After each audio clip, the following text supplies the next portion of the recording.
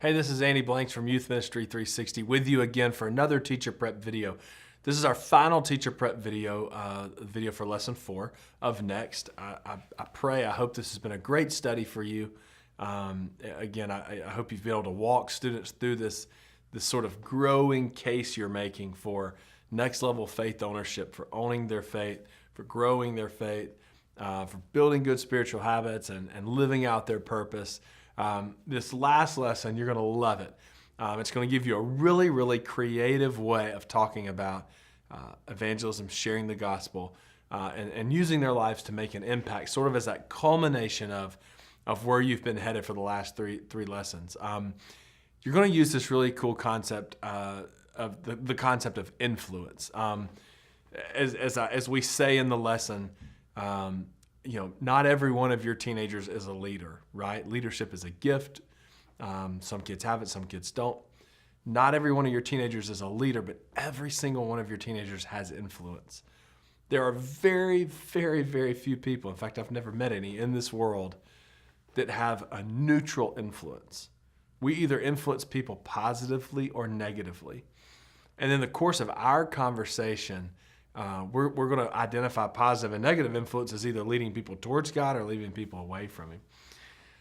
As you talk to your students about owning a next level faith, the goal of that faith is to influence others for Christ, is to use their lives not to raise their own image or their own profile, but to glorify God.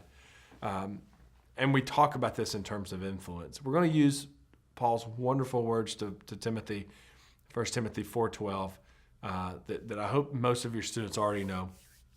But just the great admonition to Timothy: don't let anybody look down on you because you're young, but set an example for believers in conduct, in your language, and your purity, right?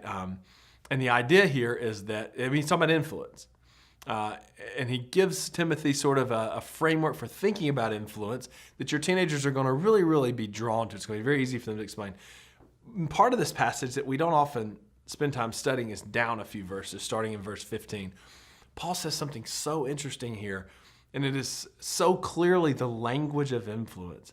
He encourages Timothy to continue all these spiritual practices he's been talking to him about, reading the Bible and preaching, and of course, setting a good example in his interpersonal relationships. And he kind of says, hey, continue to devote yourself to these things. And he says, if you do this, people are going to see your progress, right? He's talking about spiritual development. He's talking about what we've been talking about, next level faith. He said, people are going to see your progress, and they're going to notice it. They're going to be moved by it.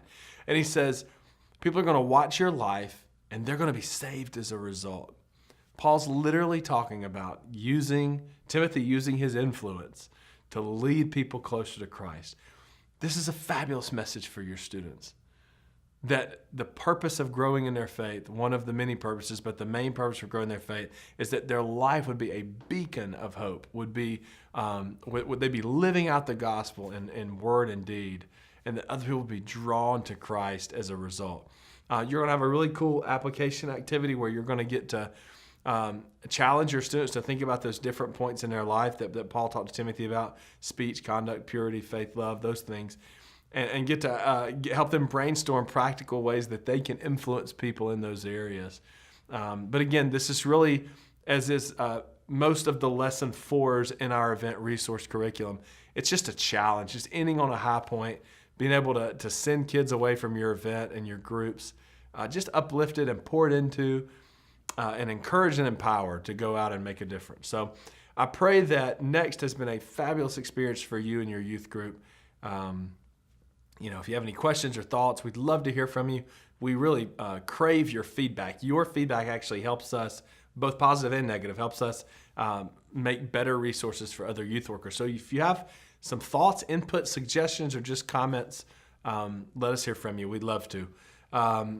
Maybe we'll see each other again one day on another teacher prep video. Until then, God bless you, and I'll talk to you soon.